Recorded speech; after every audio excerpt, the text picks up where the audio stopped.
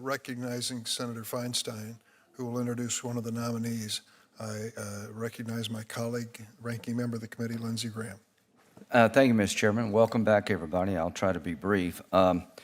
As we move forward today on nominations, it's very heartening to see our Republican and Democratic colleagues working together on circuit nominations. That's a compliment to y'all.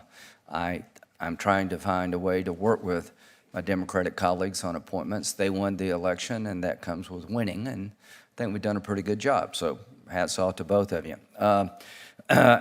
Everybody has been asked or will be asked about military nominations.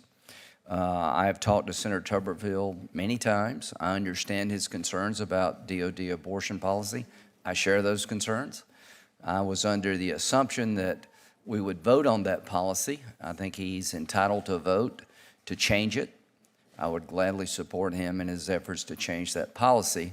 Apparently, that's not going to be enough. Just got back from a trip around the world here, and one thing I know for sure, the world is not getting a safer place, it's getting a more dangerous place. To my colleagues, I think we need a vote on abortion policy by the Pentagon, but we also need to get these folks promoted. An individual promotion should be stopped, in my view, because of the behavior of the individual. All of us here have gripes with one another and with the administration. There is no end to this war once you start it. We have yet to do this, and I hope this will not be the norm. We put people on hold, we block nominations to try to get the attention of our colleagues on the other side. That makes perfect sense to me.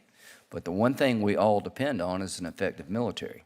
We have over 300 nominations that have been stalled at a time when we need leadership in the military. So I'm hoping that we can find a way to have a vote on the underlying abortion policy. And if that's not enough, that we'll dedicate floor time, Mr. Chairman, to getting these nominees to move forward. One last thing. It's September the 6th. The chance of getting 12 appropriation bills through the Senate and the House to the President's desk is pretty remote.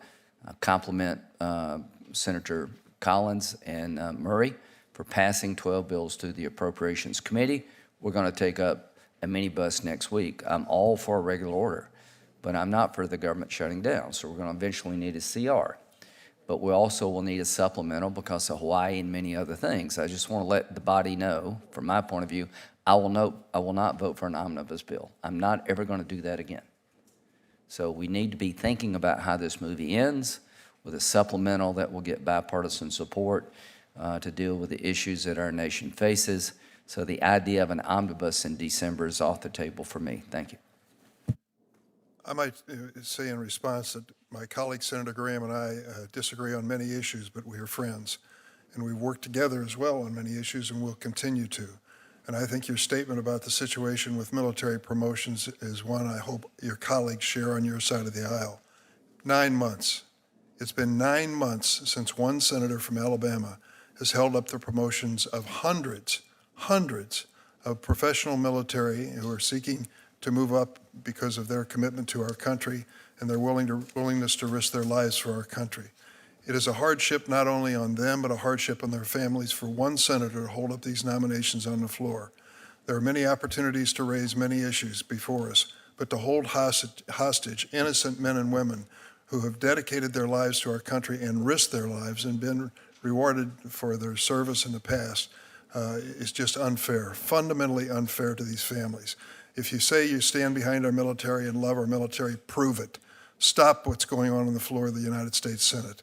This debate on the other issues can take place in many different venues, but not at the expense of these good women and men who've served our country so well.